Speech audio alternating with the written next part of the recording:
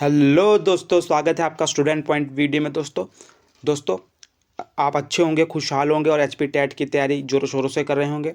और आपके साथ हमारी शुभकामनाएं हैं कि आप अपना एचपी टेट की तैयारी अच्छे से करें और इस बार एचपी टेट अपना क्लियर कर लें।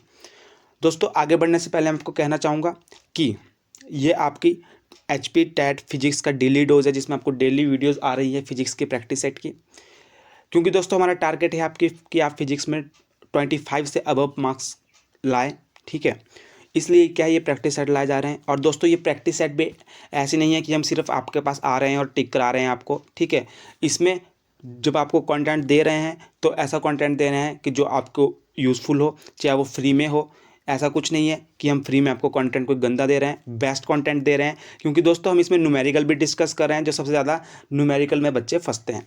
तो इसमें न्यूमेरिकल क्वेश्चंस, रिपीटेड क्वेश्चंस, मैं आपको कई बार एक एक क्वेश्चन को पिछली वीडियो में बुला रहा हूँ, अगली में बुला रहा हूँ, क्योंकि मैं आपको बताना चाह रहा हूँ कि ये रिपीटेड क्वेश्चन है और ये कितनी बार रिपीट हो रहा है, ठीक है। जिसको आपके दिमाग को पता चल जाए कि ये क्वेश्चन तो मुझको याद ही रखना है। कई बार ऐसा होता है कि आप सब चीज़ें याद नहीं रख पाते, परंतु क्या याद रखना है हम ये भी आपको बताते हैं और क्या भूल जाना है ये भी बताते हैं। तो ये बेस्ट वीडियोज़ है आपके लिए। और मैं आपको बताना चाहूँगा कि अगर आप नए व्यूअर्स हैं तो पहले सब्सक्राइब कीजिए हमारे चैनल को, क्योंकि इस चैनल में आपको सबसे बेस्ट कंटेंट मिलेगा जो फ्री में प्रोवाइड कराया जा रहा है। जैसे कि फिजिक्स का 25 डे क्रैश कोर्स, केमिस्ट्री का 25 डे क्रैश कोर्स, मैथ्स का 25 डे क्रैश कोर्स और साइकोलॉजी के कोर्सेज, ठीक है, जीके का 20 डे क्रैश कोर्स। तो सबसे बेस्ट जो आपका कंटेंट है वो इस चैनल में बिल्कुल फ्री आपको प्रोवाइड कराया जा रहा है। प्रीवियस ईयर सारे पेपर आपको मिल जाएंगे, चाहे वो फिजिक्स हो, केमिस्ट्री हो, मेडिकल के हो, जेबीटी के, मैथ्स के हो, साइकोलॉजी के हो, सबके आपको जो है प्रीवियस ईयर पेपर आपको मिल जाएंगे दोस्तों। तो दोस्तों टेंशन की बात नहीं, सिर्फ आपको पढ़ना है और आपको यहाँ पे बेस्ट कंटेंट प्रोवाइड कराया जा रहा है। आगे बढ़ने से पहले मैं आपको बताना चाहूँगा दोस्तों कि अगर आप नए व्यूअर हैं तो सबसे पहले इस चैनल को सब्सक्राइब कीजिए, और आप पुराने व्यूअर हैं तो सबसे पहले लाइक कीजिए, ठीक है, और शेयर कर दीजिए दोस्तों। क्योंकि अगर आप पुराने हैं तो आप इस चैनल से फ़ायदा उठा रहे हैं, और दोस्तों फ़ायदा उठा रहे हैं तो हमें भी कुछ दीजिए। हमें सिर्फ आपका शेयर चाहिए, आपका सब्सक्राइब चाहिए, ठीक है। प्लीज़ तो सब्सक्राइब जरूर कीजिए। हमें 1000 का माइलस्टोन है आपके साथ हमने जो अचीव करना है दोस्तों, और इसी टेट से पहले करना है। तो चलते हैं दोस्तों और देखते हैं। ये है आपका day 3 part 3 force, motion and work. तो चलते हैं और देखते हैं क्वेश्चन।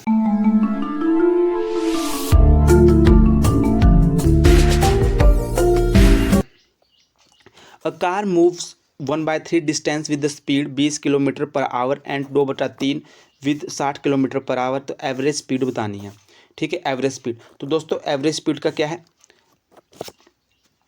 तो एवरेज स्पीड क्या होती है दोस्तों, टोटल डिस्टेंस बटा टोटल टाइम, टोटल डिस्टेंस बटा टोटल टाइम। तो देखो दोस्तों टोटल डिस्टेंस कितना है, आप 1/3 प्लस 2/3 को प्लस करोगे, ठीक है, तो डिस्टेंस डी लिख लो उसको, 1/3 डी प्लस 2/3 डी। तो ये कितना आ जाएगा आपके पास, डी बच जाएगा इसको सॉल्व करने के बाद। तो डी बच गया, डिस्टेंस मतलब टोटल डिस्टेंस तो डी है, और आपके पास बोला टोटल डिस्टेंस बटा टोटल टाइम, टाइम कितना है टोटल आपको ये निकालना है।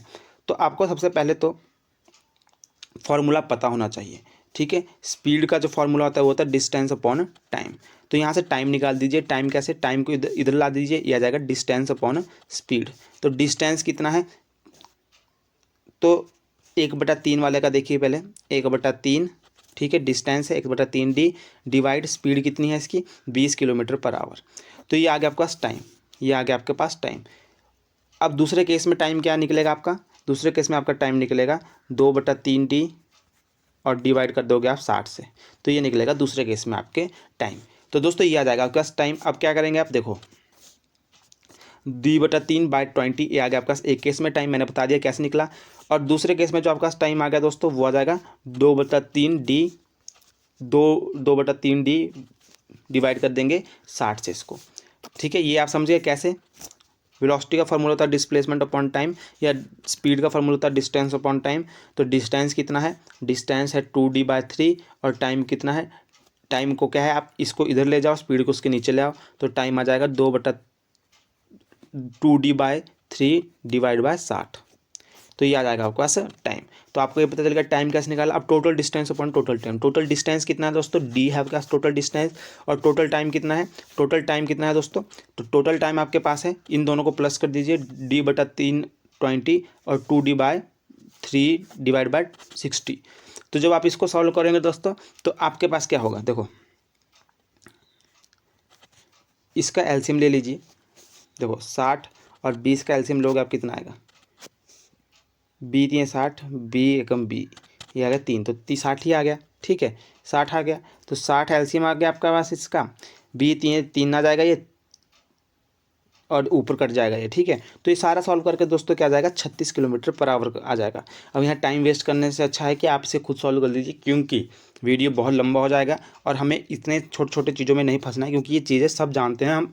आप अगर फिजिक्स पढ़ रहे हैं तो मतलब आप मैथ्स के स्टूडेंट हैं, तो इसमें मैं नहीं फंसना चाहता, क्योंकि तब ये पूरा बड़ा चल जाएगा। तो आपका आंसर आ जाएगा 36 kilometre per hour. A heavy body and light body are dropped from the top of the tower which will reach the ground first। देखो दोस्तों, आप सोचिए अपने दिमाग में कि आपका इसका आंसर क्या होगा।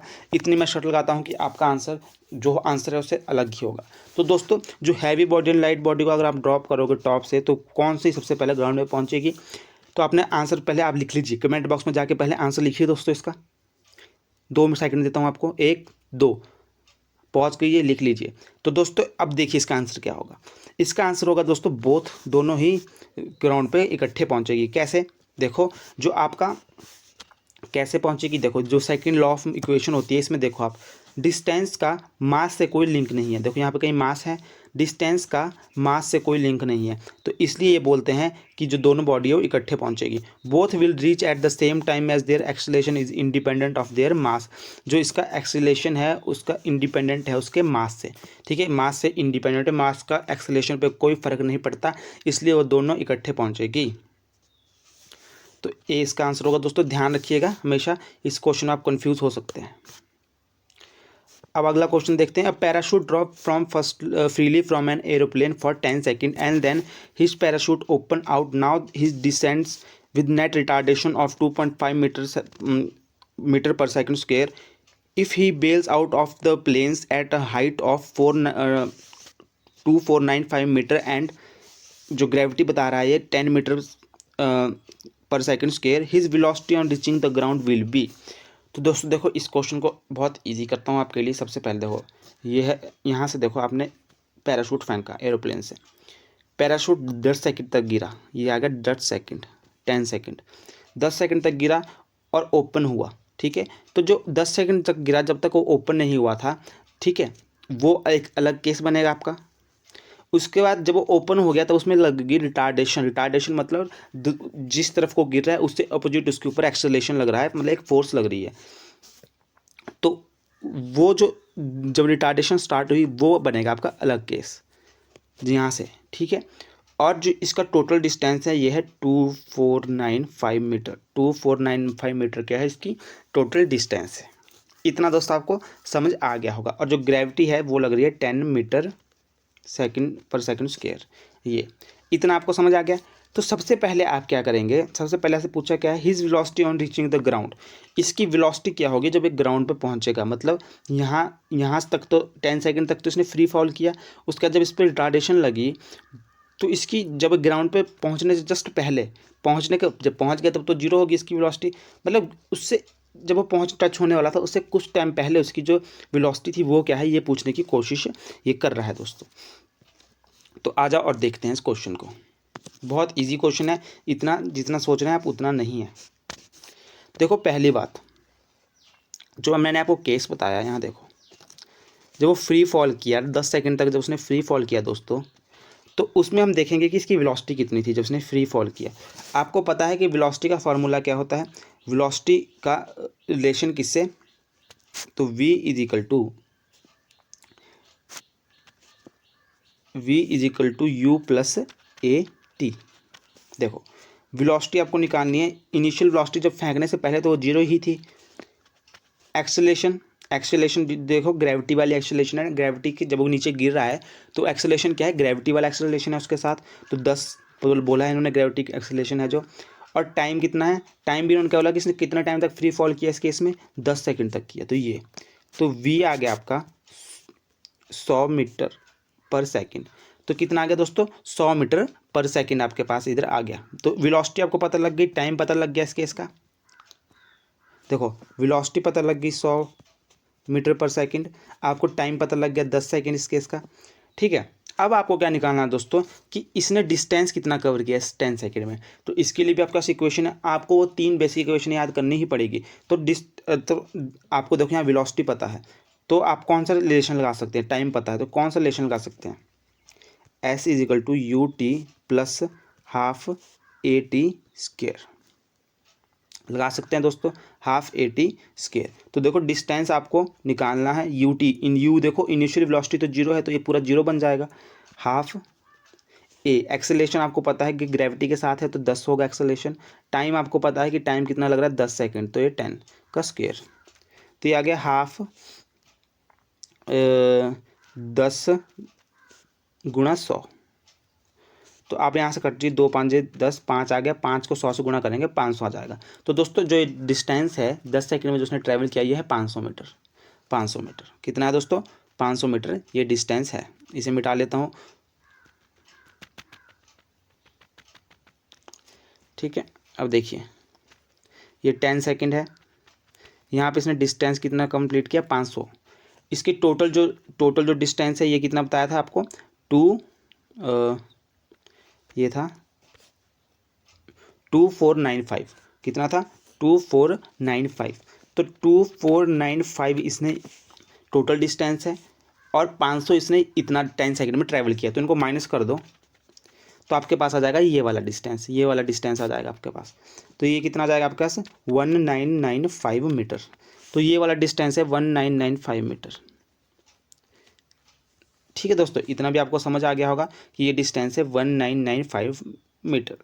अब आपको क्या बोला है इसमें बोला है कि वेलोसिटी जब रिटार्डेशन लगने के बाद उसकी क्या वेलोसिटी थी। ठीक है, तो अब देखो,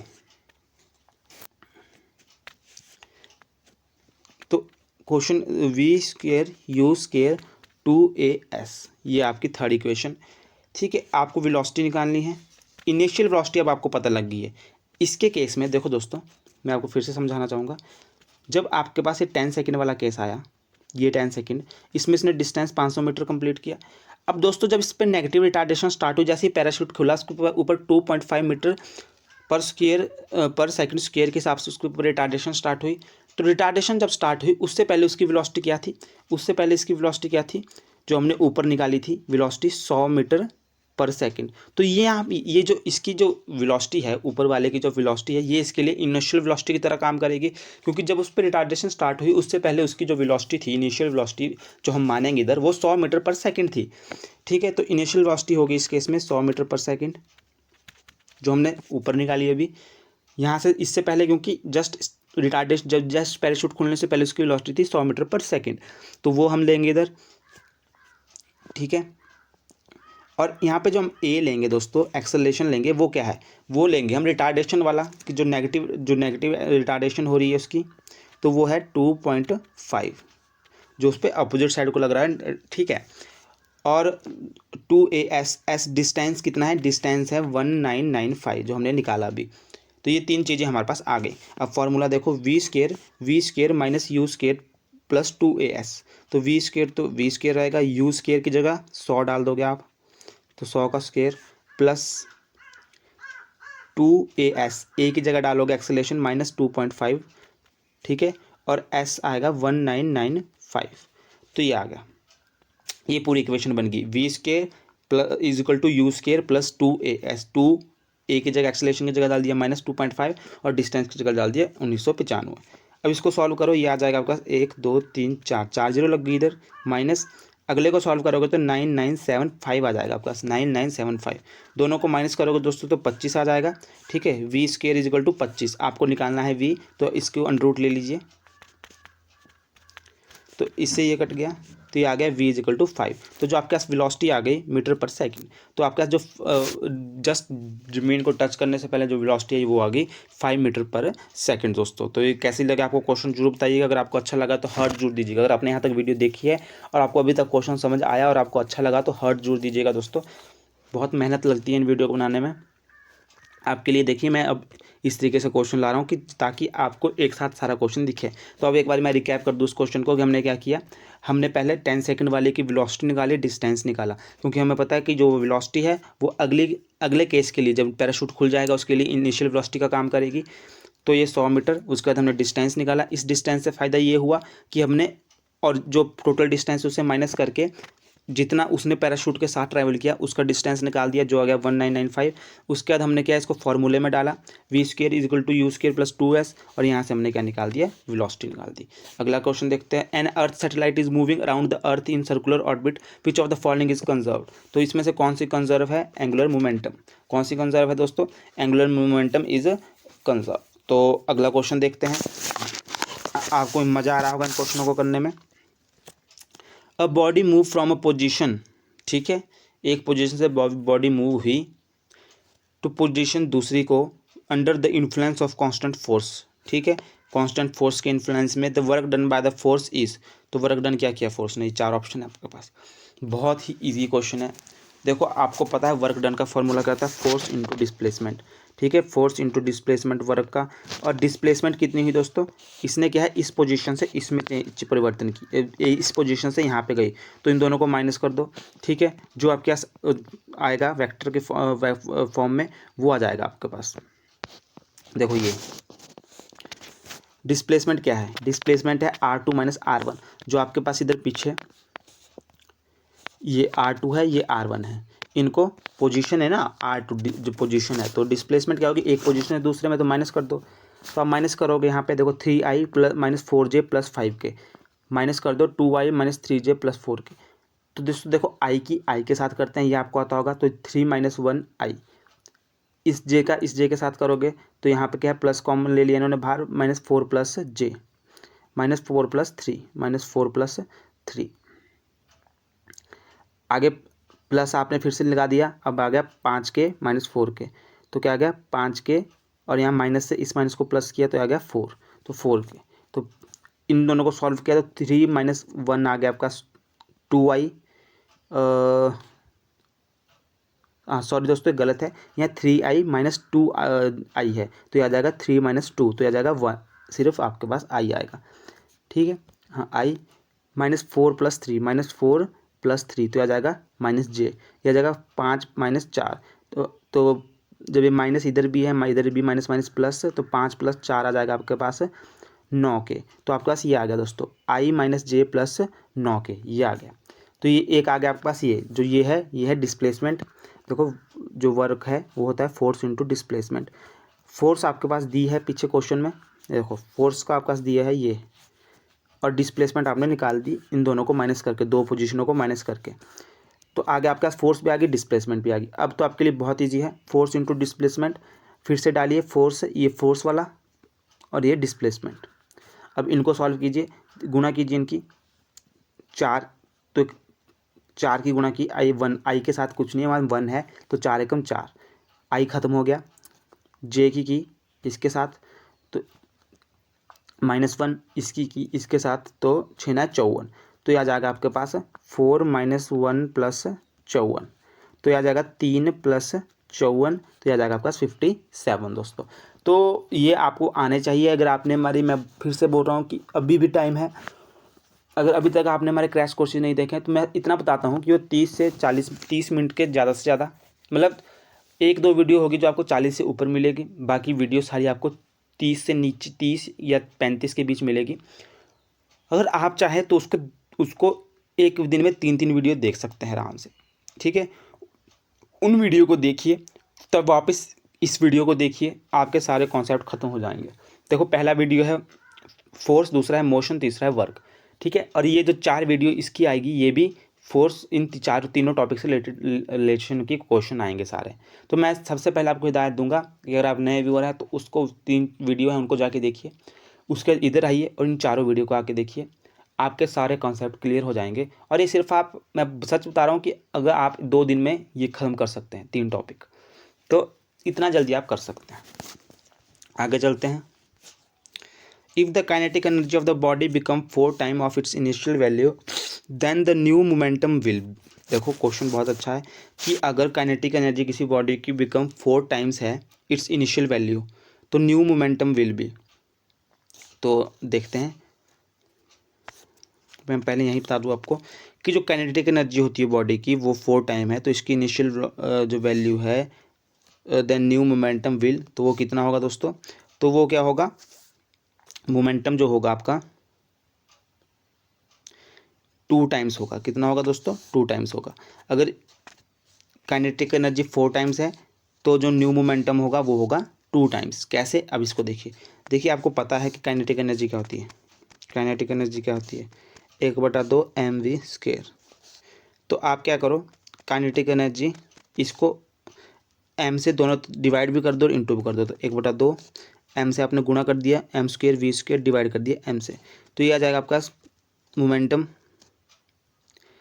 m² + v²। देखो p होता है p = mv, जो मोमेंटम होता है आपका p = mv। तो आप क्या करोगे, p की जगह भर दोगे mv, तो यह आ जाएगा p का स्क्वायर, p² आ गया और नीचे आ गया 2m। तो क्या आ गया आपका स्कैटरिक एनर्जी, p² = 2m। p होता है mv, मास इंटू वेलोसिटी। तो ये p की जगह आपने mv की जगह आपने p भर दिया, तो ये आ गया आपका p² 2m। तो देखो अब यहाँ से आप क्या करोगे, p² = 2m ke kinetic energy. अब आप इसको स्क्वायर को हटा दो तो आ जाएगा p = 2m ke का अंडर रूट, ये आ जाएगा। तो मोमेंटम आ गया आपका p = 2m ke, ये आ गया आपका रिलेशन मोमेंटम और काइनेटिक एनर्जी का। अब ये बोल रहे कि अगर काइनेटिक एनर्जी 4 टाइम्स हो गई, तो देखो काइनेटिक एनर्जी को 4 टाइम कर दो, 2m काइनेटिक एनर्जी को कर दो आप 4 टाइम, 4 काइनेटिक एनर्जी, ये कर दिया आपने। तो ये आ जाएगा आपके पास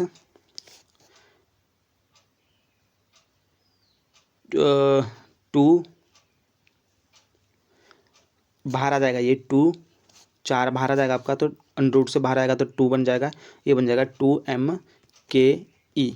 ठीक है, तो देखो हाँ, तो दोस्तों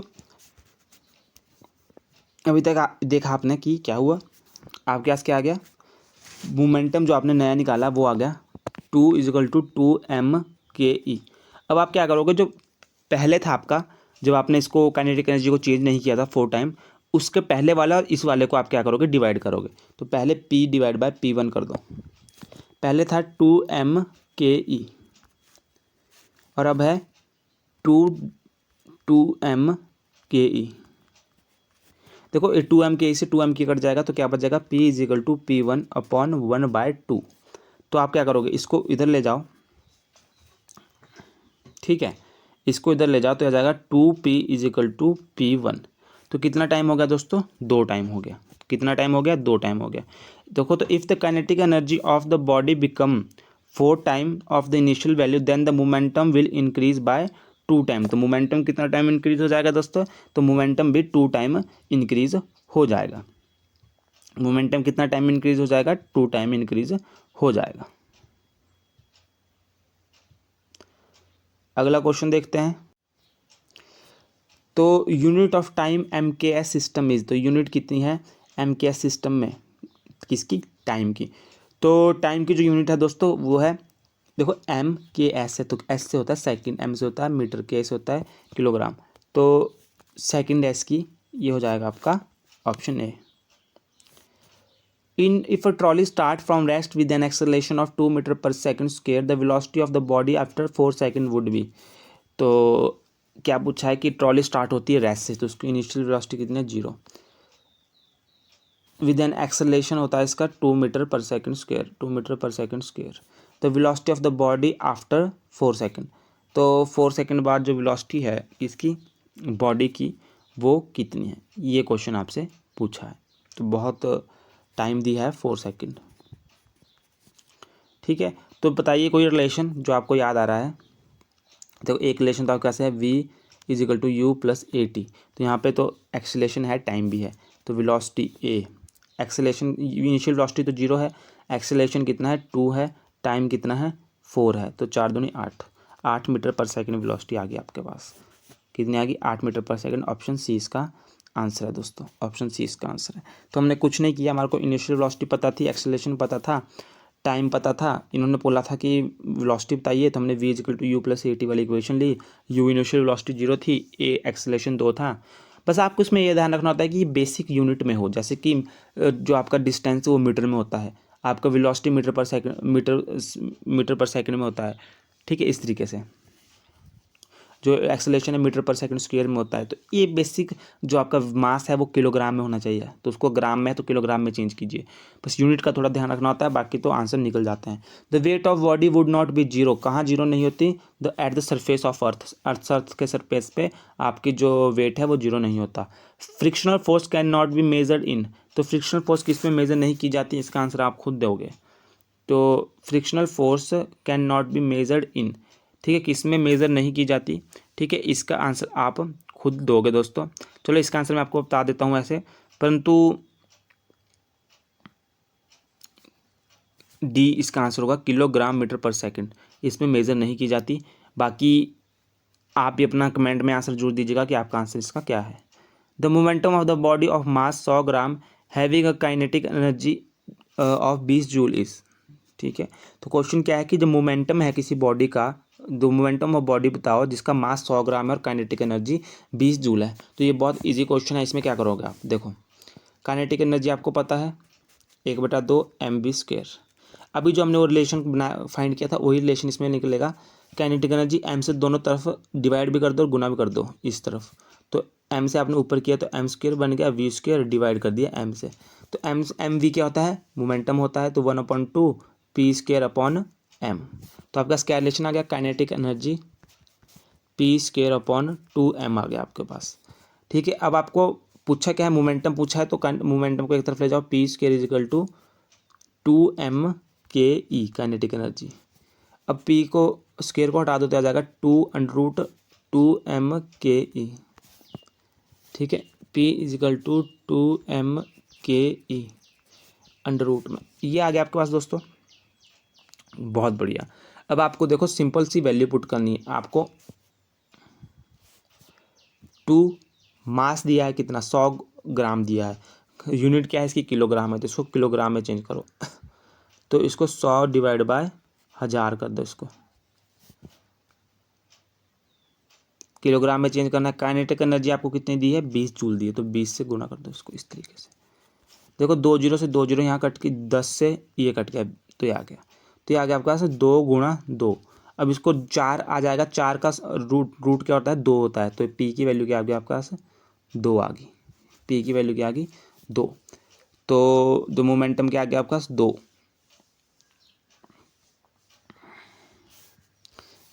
किलोग्राम मीटर पर सेकंड आएगा, ग्राम सेंटीमीटर पर सेकंड नहीं आएगा, किलोग्राम मीटर पर सेकंड, ऑप्शन ए इसका आंसर होगा। क्या होगा, ऑप्शन ए इसका आंसर होगा, ये बात ध्यान रखिएगा। तो अगले क्वेश्चन की तरफ बढ़ते हैं। If the speed of the car become 3 time then kinetic energy become, तो ये बोल रहे हैं कि अगर speed of car become 3 time हो गई तो काइनेटिक एनर्जी क्या होगी, तो काइनेटिक एनर्जी 9 टाइम होगी। कैसे, काइनेटिक एनर्जी क्या होता है, 1/2 mv², जो वेलोसिटी है या स्पीड है वो बोल रहे हैं ये 3 टाइम हो गई, तो डाल दो इधर 1/2 m कितनी होगी, 3 टाइम होगी, तो 3v²। अब देखो यहाँ से आप सॉल्व करोगे तो 1/2 m 9v² आ जाएगा। अब 1/2 9v², अब क्या करो 9 को बाहर ले जाओ ऐसे, 1/2 अंदर क्या बन गया, mv², mv² क्या है, 1/2 mv² होता है काइनेटिक एनर्जी, तो कितने टाइम होगी काइनेटिक एनर्जी, 9 टाइम होगी, ठीक है, तो 9 टाइम हो गई। अगला क्वेश्चन, अच्छा तो क्वेश्चन यहाँ पर खत्म होते दोस्तों, अब हम वन लाइनर देख लेते हैं। तो दोस्तों अगला हमारा जो इसका वीडियो का जो सेशन या हिस्सा है वो देखते हैं, जो है वन लाइनर। तो वन लाइनर में क्या है, फोर्स, पहला है force exerted by the liquid on any surface with which it is contact is perpendicular that surface is called thrust। तो जो भी फोर्स एक्सर्ट होती है लिक्विड पे उसको क्या बोलते हैं, एनी सरफेस पे होता है thrust.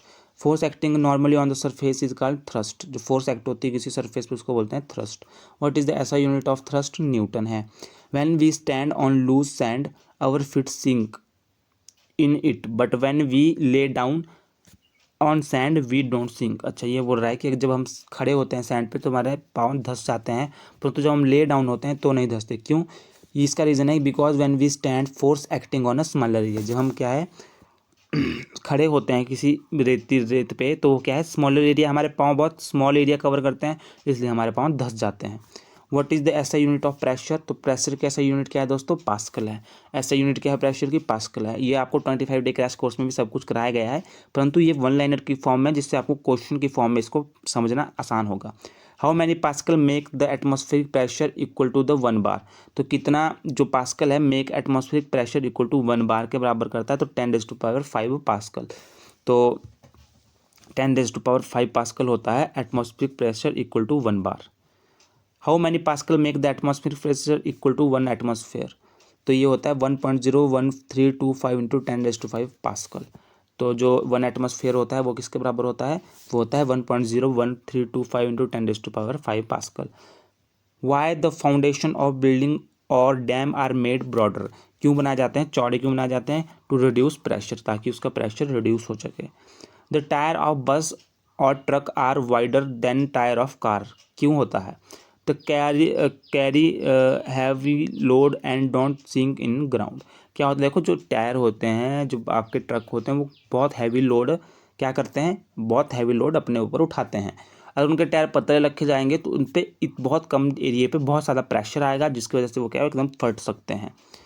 Cutting tools are made sharp और पॉइंटेड, तो क्यों किया जाता है, ताकि हम उनका जो क्या है produce maximum pressure with the minimum thrust, हम क्या कर सके बिल्कुल कम पावर से मैक्सिमम का क्या है प्रेशर अप्लाई कर सके किसी चीज़ पे। Nails and pins have painted, देखो nails and pins have pointed ends, why, जो आपके नेल्स होते हैं, जो आपकी नेल्स मतलब जो आपकी क्या बोलते थे किले टाइप होती है, जो कील होती है, और जो आपकी पिन्स होती है उनको पॉइंटेड एंड्स क्यों होते हैं उसके, ताकि हम क्या है मैक्सिमम हम क्या कर सकें अभी apply maximum force with the minimum force, क्या कर सके हम मैक्सिमम फोर्स अप्लाई कर सके मिनिमम ताकत लगा के। The ratio of mass of substance to the mass of any equal volume of water at 4°C is called relative density, तो the mass of substance to the mass of equal volume of water at 4°C is called relative density. Relative density sometimes also called as specific gravity.